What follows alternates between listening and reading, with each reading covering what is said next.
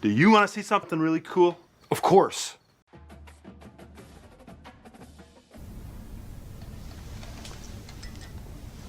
Okay, thank you very much. We'll call you back. Thank you. Picks up, ladies and gentlemen, boys and girls, and welcome to episode 7. What an intro to episode 7, as you saw Cesar Vega, our top middle linebacker prospect, committed to UTEP. We're going to get right into things against Kennesaw State, but first I want to show you a little bit of an update with the recruiting board, nothing major, and then what is going to happen in this pretty exciting episode. As I scroll through, you pretty much have these guys memorized by name. We're pushing for certain guys. We've got some fun names on this board. We've got some things that have really not changed at this point, but one thing I wanted to notice, I added a new receiver to the board. Taylor Espinoza was a JUCO junior. I wanted to get him off the board. And if you look at all of our receivers, this is why I'm doing it. Artie LaRue, 6'2", he's great. Caesar, awesome. We don't know much about him, but he's a giant, and he's an athlete, and he's physical. Juan Quachia is a route runner. Doesn't seem like he's all that great, but he is a gem, so I think we're still going to go for him. We're not going to push hard, but I wanted to go after a guy on the opposite side of Caesar Awesome's spectrum. Stevie Sexton is one of the shortest wide receivers in this recruiting class, which I love. As long as he has decent agility and change of direction ratings, he could be fun to use over the middle, just get into open space and make some guys miss. He's also, if you look at the national ranking of him next to his star rating, he's 467. He's the highest ranked recruit receiver on our board now, and he had no offers, so I think we're going to try to go after him. I don't know if we want 4 receivers, but we might have a decision to make at some point. I think we at least want LaRue and Awesome, and then we'll decide between these two guys. But before we kick it off against Kennesaw State, you see our schedule, you see the way we started. It was amazing. We just lost to Middle Tennessee State after beating Louisiana Tech and becoming bowl eligible last episode, so we're going to face off against the Owls at the Sun Bowl, and then in 2 weeks' time, we're heading to Knoxville. We're heading to a 100,000-seater stadium in the SEC to face off against the Vols. But first, it's time to head to the Sun Bowl. It's going to be the blue alternates for UTEP in this game. No blue helmets in this game for UTEP yet, even though they wore them in real life against Nebraska, so I'm curious to see if those are going to be in an update, but time to kick things off. Let's go. Welcome to the West Texas town of El Paso, the Sun Bowl, and home to the UTEP Miners, and it's always a pleasure to come out this way, and we're certainly excited about the game we have in store. And while today is the final home game of the season for one team, it is more importantly a celebration, Senior Day. Cade McConnell and the Miners take the field here in the last home game of the season, as you heard there. It is Senior Night. Cade is going to have a man downfield here. Trey Goodman, who had the highlight last game, starts off with a bang in this one. What a play for the senior on Senior Night. Third down here. We do have a receiver over the middle. Nice catch. We're going to pick up the first down. Ashton Nickelberry's been very involved this year. Jet touch pass here, and on Senior Night, our first score is gonna be a senior, Trey Goodman. Touchdown early. Well, you know this offensive coordinator scripts his opening 10-15. Not great running on that first drive from UTEP, but gotta love the play of Trey Goodman so far in this one, in his last home game at the Sun Bowl. Even though he is a transfer still, gotta have the seniors showing out today. They're down here for Kennesaw State. We've got the middle covered. They're going to go deep here. Do they have a man? No, absolutely not. Guess who? It's Yes Man Green down to the 40. Another interception. What a senior day it is for him so far. Oh, we're going to have him. Nickelberry runs a great route. Cade misses him by a little bit. Tried to hit him with a shot after that pick. Good blocking here. Confusion from the Kennesaw State defenders, and 2 straight good runs for Javon Jackson has us in the red zone now. See if we can get Darian Trish out into open space. The blocking is good. Darian Trish down inside the 5. First and goal. It's definitely a goal line set both ways. We are going to snap it just before the first quarter ends, and JJ all day walks into the end zone. God, what an absolutely incredible season he's had, making the Sun Bowl jump today on Senior Day. 14-0. Third down again here for Kennesaw State. We're bringing the pressure. Corner comes, and it's another senior with a key play. It's Westmo. who looks to have his name called in the NFL draft in the upcoming spring. Makes a great play there. 4th down again, and it's all Miners today so far. I have not run this play yet this year with UTEP. I feel like up 2 scores, this is a good time to take this chance. Here it is! Goodman's open! The reverse flea flicker works, and Trey Goodman puts UTEP up 3, scores! Electricity in El Paso! Oh wow, big play for Kennesaw State here on 1st down to start their drive. That is might be the first down of the game for them. This is one of the few teams we've played this season so far that we actually have the higher overall players at most positions. So, I mean, with the way we've been playing against better teams, this is absolutely how we should be playing against a worse team overall-wise. Great ball here to the outside, picking up the 3rd down. This is the most Kennesaw State's moved it so far. Oh, come on. Terrible pass here. Another interception for UTEP. And a chance for Kennesaw State becomes no chance. Another pick. And we are going to go into the half up 21-0 at this rate. And we are going to run the ball a little bit here, see what we can get on this drive. We got the 1st down on the first play. We're going to have space to throw here. Good throw to the sideline. Great catch. Oh, we got a man wide open on 3rd down. That's huge after the sack. We are almost in Buzz Flabiano range. Kennesaw State's defense not providing much resistance. And Trey Goodman has space to run again. Trey Goodman inside the 10. We're going to take that last time out and kick a field goal here going into the half. What a half for Trey Goodman. And the kick is up, and the kick is money. Gotta check those stats. Hope you have Trey Goodman on your fantasy team. My God. After a disappointing passing season so far, one of the best passing performances we've seen of this season by Cade McConnell so far.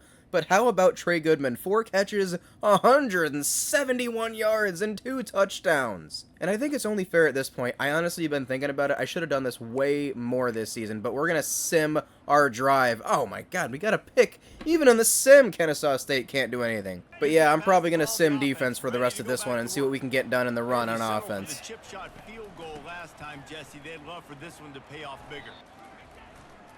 They'll go right. Oh, easy. Running space for Javon Jackson. I went for the Superman dive from like the 5-yard line, see if he can make it all the way, but takes the hit, gets inside the 5. That's my running back. Over 1,000 yards on the season, baby. What a freaking player. I think the most impressive thing about Javon Jackson, he doesn't have breakaway speed. His agility, his change of direction, it's not even that good. It's like pretty good. Okay acceleration. I mean, his stats aren't blowing me away. Good juke move, okay spin. I mean, he's not the most outrageous running back stats-wise, but he just gets the job done, and he is little, which helps. I like those short running backs.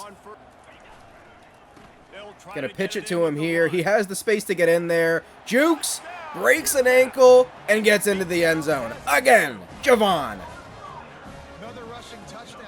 And it looks like Kennesaw State's gonna put up points here. 3rd and goal.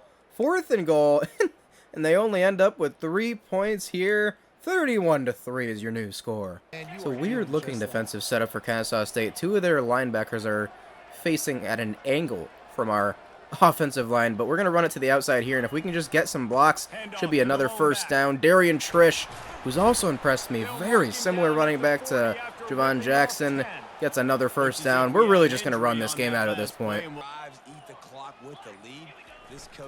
It's a good run here from Darian Trish, who's taken over for Javon Jackson. And with just over 3 minutes left, we might even run out the entire 4th quarter here at this rate. And we are just running this game out. 45 seconds to go. 3rd and 1. Just pick it up here. And it is going to be Javon Jackson getting the 1st down. And that is your ball game right there, ladies and gentlemen. It's victory formation for Cade McConnell and the Miners. And the bowl-eligible Miners get their 7th win of the season here on Senior Day. Absolutely domination. 24 points in the first half. Excellent defense, just dominating in all areas, and Trey Goodman gave us quite the electric game once again. He's become a highlight reel machine in the passing game. That's exactly what we've needed to give us that spark since we've run the ball well so much this season. But this team really is ready for a bowl, I'm feeling. 94 for Javon Jackson, 38 for Darian Trish. I just hate how this rushing yard stat counts against sacks. That's ridiculous. What a dumb stat, especially if that hurts our playing style rating and recruiting, but I'm hoping we did enough here. And alright, we are back into the menu, and I just wanted to show you something. We're going to go over to Dynasty Central, click on League Settings, and you see our difficulty, our skill level is on All-American. That is the second highest. There's Heisman, which is the highest. All-American's the second highest. Then there's Varsity and Freshman. And full disclosure, you know how I beat Liberty earlier this season? Well, it was on Varsity. Switch it back to All-American, but let me tell you what happened. Basically, in order to get high-resolution thumbnails, I go into Play Now, and I play on Varsity, and I try to score and get good celebrations, and then go into the instant replay and get good screenshots of what's happening, because I forget to do that when I'm recording the actual game, so I just go into Play Now on a lower difficulty, and get good screenshots of basically the same games after what's happened, so I can highlight certain players and whatnot for thumbnails, but for the Nebraska and FCS Midwest game, I did that, and then when I came back into the Dynasty against Liberty, the game did not switch back to All-American for my Dynasty. I don't know why. So unfortunately, I played the Liberty game on Varsity difficulty, and we absolutely dominated them. To be honest, the game was played, we played it really well. Obviously, it was on an easier difficulty, but I noticed that when I got to the Colorado State week, the Liberty week had already advanced, autosave had already saved the Dynasty, and I didn't have a backup file, so I went into the Colorado State game, did change it to All-American, and every game since then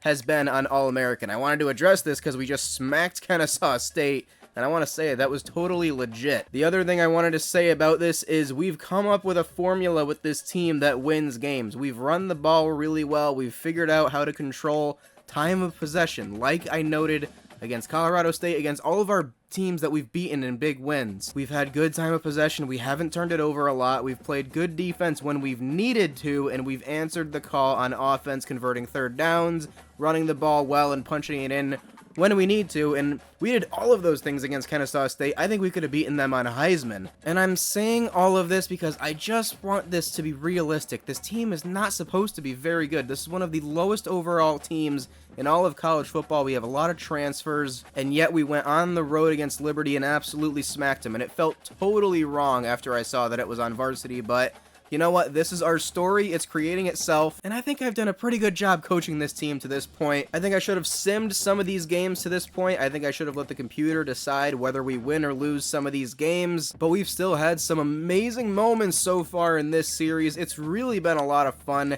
and we are going to get the chance to play in a bowl game this season, so that's exciting, but we're on bye week this upcoming week, and then we go to Tennessee on All-American, which should be an absolutely brutal battle, knowing how good that team is. Doesn't seem like they're having the best season overall, but I just wanted to address that because I really want this to be realistic, and being 7-3 with UTEP does not feel realistic to me. As much as I love UTEP at this point, believe me, I've fallen in love with this team, and I'm coaching them well, but at the end of the day, this team is not supposed to be this good. I think we're overperforming, but changes are coming next season. Believe me, changes are coming. And we've got ourselves a commitment. It's Paul Cush, our top corner on the board. That's very exciting. And another one. Ben Henches commits to UTEP, corner from Texas. So 2 players join the UTEP Miners revolution here. That is now 8 total commits for the Miners so far. That's one thing we've done very well with this team so far. In terms of Manu Francisco, we are still in the top whatever in rushing, so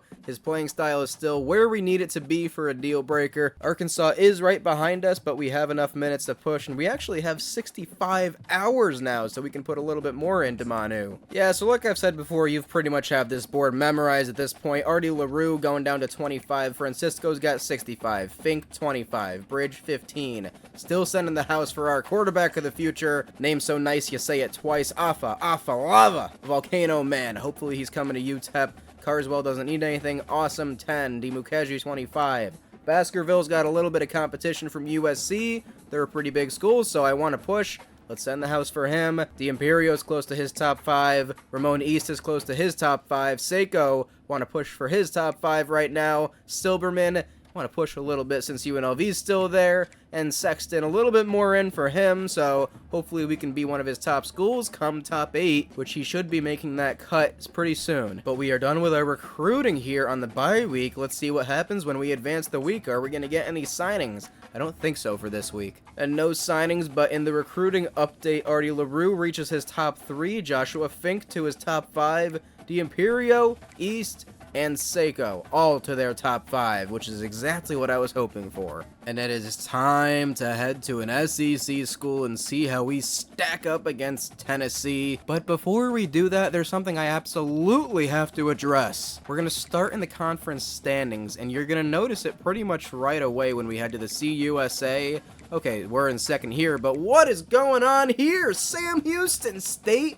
Why are they ranked? Why are they number 25? 7-3? We're 7-3. Liberty's 8-2. Absolutely wild. Wait, how about NC State still being undefeated? 10-0. They're number 4 in the country.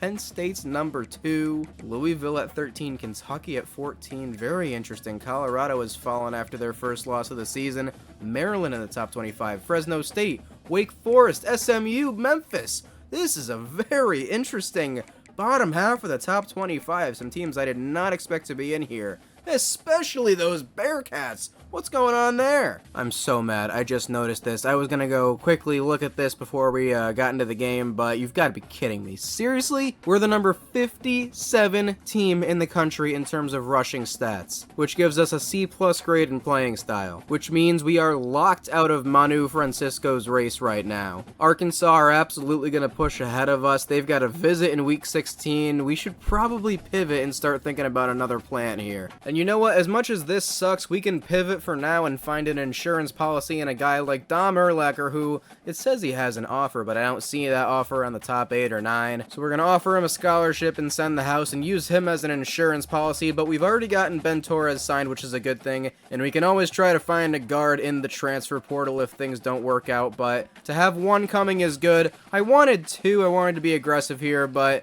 not the worst thing that we're probably going to lose out on Francisco. Kind of BS that it happened that way, that playing style is the deal breaker. I feel like it should be like, if you run a pro-style offense and the guard is looking for a pro-style offense, that's a fit. But, oh well, we'll use Dom Urlacher as an insurance policy and then go from there. Alright. I think it's about time we heard that Rocky Top. Welcome to Knoxville, home of the Tennessee Volunteers, where the hymn of choice is good old Rocky Top, and they hope that by the end of this one, it's good on Rocky Top. As we wind our way toward the end of another college football season, one of the grand traditions is paying tribute and respect to those who have just poured their souls into the success of this program and honor the seniors on Senior Day. As we'll see a team coming off a crucial bye week, the UTEP Miners, taking on a squad hoping to prevent another L this week, the Tennessee Volunteers. For EA Sports College Football, I'm Reese Davis, joined here in the booth by David Collins. And you know, I really love this game. The broadcasting, the cinematics, the cool intros. Sometimes you just gotta let it play, sit back and enjoy the pageantry of college football. It really is such an awesome thing, and, well, it's time. Let's see how we do. Nico Iamaleava. I don't know, but all I do know about this guy is he's absolutely dynamic. He's 6'6", he's got a strong arm. If you didn't watch him in real life in week 1, he's one of the best quarterbacks in the country. Oh, they're going deep here. Oh, Corey Chapman goes for the pick. Almost gets it. I love it. If he hung that ball out there a little bit more, he might have had a touchdown, but 3rd and 6. They're going to run the ball, and there is a whole year's worth of space in the middle there. First down, Vols. It's 5 wide for Tennessee here. They're going to run a wide receiver screen. Good blocking, and there's space to run. They're inside the red zone. And we were kind of all over the place on first down, so I had to call timeout. They're coming out with 2 backs next to the quarterback here. It's a passing play. It's over the middle, and Tennessee have already scored. 7-0 Vols. Defense was definitely hard, not going to lie, but offense, you can already see the stadium pulse. Tennessee is 13th in the country. We're going to have to run the ball and do it well today if we're going to keep ourselves in this one. Good run on first down by Javon Jackson. It is loud. I can hear Mo Bamba in the background. 3rd down. The pass rush is coming.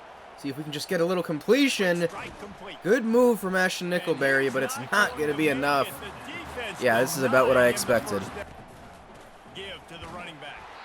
Great tackle there from Westmo. And on 3rd and 5 here, I'd love to get off the field and hopefully get the ball back. Play action. We bite a little bit, and the pass to the outside is defended very well. Very well. We're going to get the ball back. Good defense, Miners.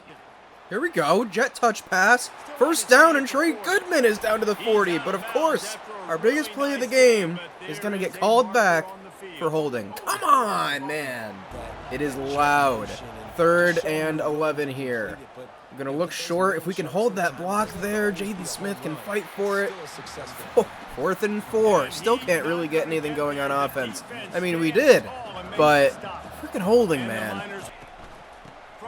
Good tackle there. 3rd and 8. It's a chance to prevent a touchdown.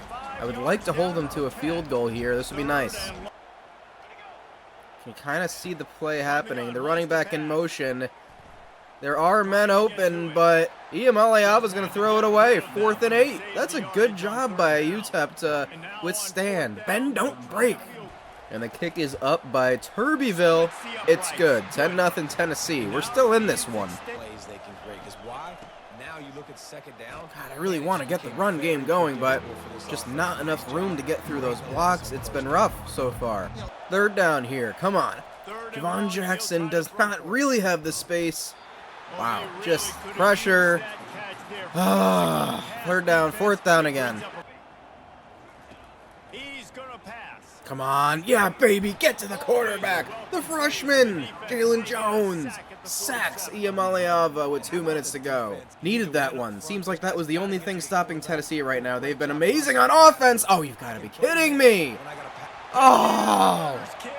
But I think we can put together a little bit of a drive here. I think we need to throw the ball more because running the ball is just not working against this SEC front.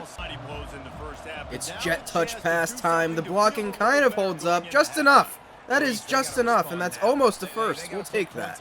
Well, and we couldn't convert on 2nd down, so this is definitely a testing 3rd down here. And we're going to get it to Judah Azinwa. That's just enough. My God, the pressure is quick. Listen, it doesn't matter what plays we run today, as long as we execute. That's really what matters. We're running a screen here, and it's just blown up. Darian Trish does break the tackle, though. Look at Darian Trish go. That is the fight of a warrior there. That was awesome. About a minute left in this one. We're going to find some more space in the middle. Jaden Smith. We're moving this football. Come on, UTEP. Cade McConnell and this offense have really come alive in the second half of this season. And he's going to look for Javon Jackson here, who has more space. Down to the 10. Come on, Miners. If I can get them thinking run here, we will have space rolling. Judah Azinwa in the end zone. Touchdown, Miners! Touchdown, Miners! We have stunned the Tennessee crowd, who thought this game was all but over. They were rolling all over us, and just a great placed ball there by Cade McConnell to our tight end, Judah Azinwa. And we've scored against Tennessee. And we still got to stop Tennessee. Around 20 seconds to go in the half. Oh my God. Oh my God. Oh my God.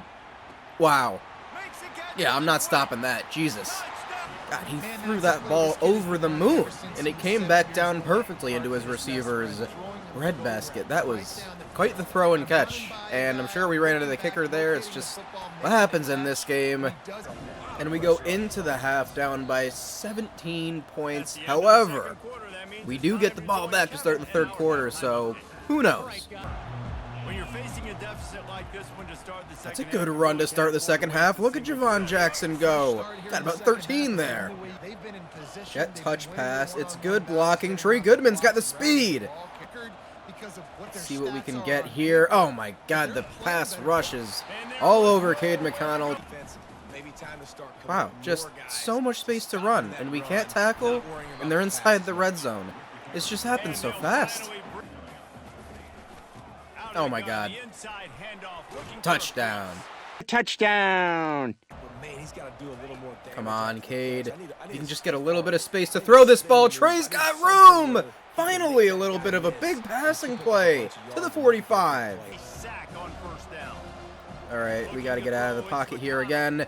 He's got his man again. It's Trey Goodman, and he catches it. Contested catch. Trey is on fire right now.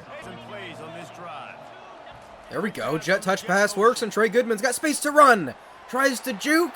Doesn't matter. We're inside the 10. We're moving the football. This is fun. Come on. See if we can pound it. Oh my God. Look how big that guy is. That tackled Javon Jackson. I'm just happy he's okay. All right, now it's 3rd and goal from the 12. I mean, we don't really have anything. Jesus.